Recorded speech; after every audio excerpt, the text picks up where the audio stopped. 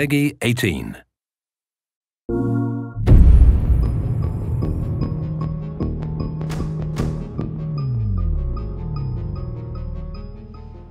So here we are in this interrogation scene.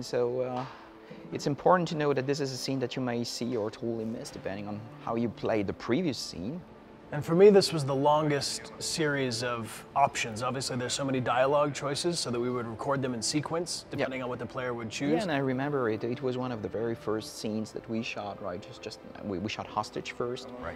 And then we shot the attic, the conclusion in the previous scene, and then we shoot this one. It's been quite a very challenging shooting for all actors, for you first, because there was a lot of lines, as you said. Also for Cornelius, because he had to express something without saying much at the beginning, and then he has more to say. For me, one of the more difficult things, Cornelius is such a powerful actor that I had a hard time not having an emotional response to what he was doing, because Connor, of course, doesn't feel for him at all, but it's very difficult to not be empathetic to what Cornelius was doing in the scene. Yeah, and here we see Connor trying different tactics, trying to find a way to make him talk, but Cornelius wouldn't say anything. So you try the nice way, you try the hard way, and of course this is the player choosing. Right. And here when we filmed this, there was, the set was a mesh table, so that they could see the markers through the table. Yep. His handcuffs were a piece of very soft rope, so that we had nothing reflective to mess with the markers. There was, of course, lines on the ground that would tell us where the doors were, where the mirror is, where we would look through and talk to Hank and the other detectives in the other room. And another thing we had to do was reset always the physicality, so that depending on what the player's choice would be, Connor had to return to a neutral position so that it would have a continuity between. So we would have each choice, and then the choice would kind of resolve to Connor's android listening. Yeah, and maybe we need to explain how we shoot this, because it was a real challenge for you and all actors. I mean, as we have different choices and dialogues, of course, the actor needs to shoot all lines in a row, even if there's no direct continuity, because the player can only pick up one of the many choices. So I don't know how you do to remember all these things, but you did. Repetition, over and over and over again. Yeah, you came so prepared. I mean, for this, it was really, really impressive. I didn't want to let you down, David. No, that's true. But I remember when you arrived with your notebook, where you had all the charts and diagrams and stuff, and I didn't have a clue what it meant, but it seemed to mean something to you. Perhaps Dechart means but it worked. Charts. It worked. Yeah. It worked. It's easier to memorize things for me visually, if we assign it to something visual. Oh, that's the hard You know, the markers, the cameras in the background remind me of the infrared cameras on true. performance capture set. True, it looks Is that an inspiration directly, or it just happened? I don't know. It just happened, I think. I mean, this is a big opportunity for the player to determine how they're going to start to interact with the androids. I mean, your behavior in this scene might be a good precursor to the rest of the game. Yeah, and it's a nice way to for the player to create the characterization of Connor. What kind of Connor does he want? Does he want someone who is very manipulative and very nice, or very hard? I mean, what version of Connor is that? And what was nice in the writing was also to have very different emotions and have Connor switching from one intention to another, because he doesn't really feel these emotions, just fake them. So it's like he can switch very quickly from being nice to being rude. Exactly. And the stronger those choices we made on set, the more impactful is impactful a word? Yeah. The more impact the player has when they make a choice. There's more of a direction happening. Yeah, and for a scene like this, if I remember well, it took us, what, 2 days? Yeah, we shot this scene over 2 days. This was a long scene to shoot. Yeah, it's funny because the final scene is, what, 15 minutes something, and it took us 2 days to shoot the whole thing. One of my favorite things in video games is when you're designing your character. In a lot of games, at the top of the game, before you play anything, you can choose their hair, you can choose their weapons, you can build your character. And I think what's cool about this game is you take that element and you bring it over the entire script, so that in a very intimate way, you're determining not just what does this character look like, what weapons do they have, but what kind of a character does this character have, which I think is cool.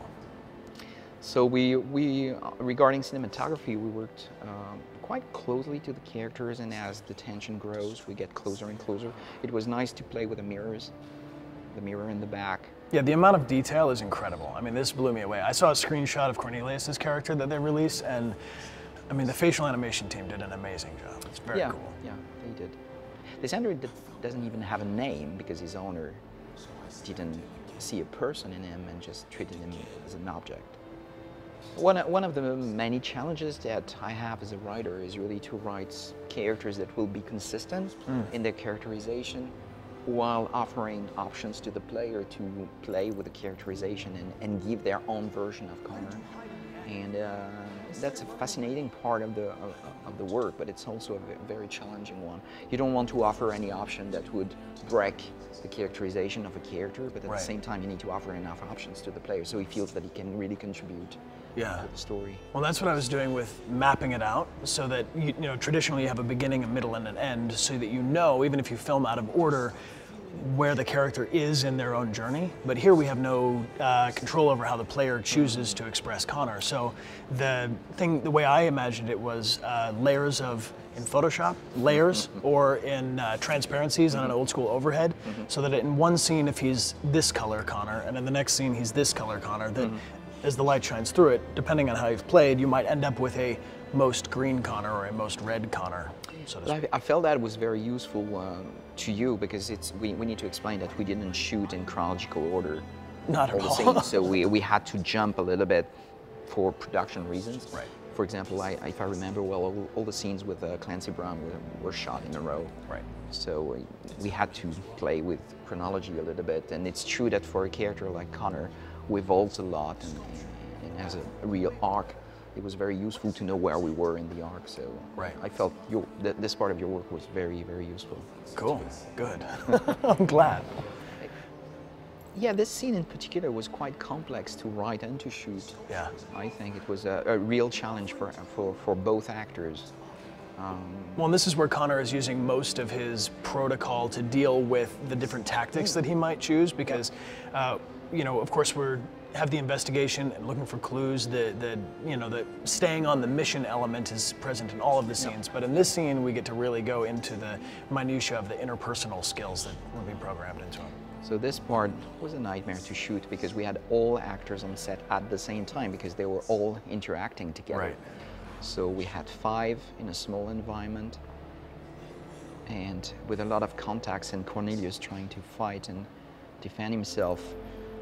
So, and there are many different outcomes to this scene too. Yeah, so I mean, depending on absolutely. how the player is interacting even with these guys after the interrogation is over, it could go a number of different ways. Right. And shooting all the versions, all the permutations of the endings was some work.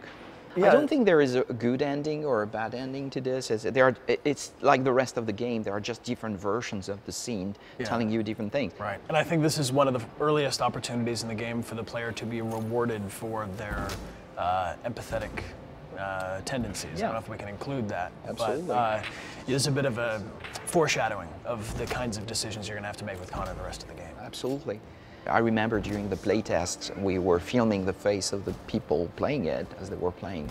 It was funny to see their face if you get killed. Yeah, I wish people would keep Connor alive. Maybe. I wish. I mean, they have a good reason to do so because it may have an impact on the story. Right. Maybe. I mean, to me, this was like a dream come true, man.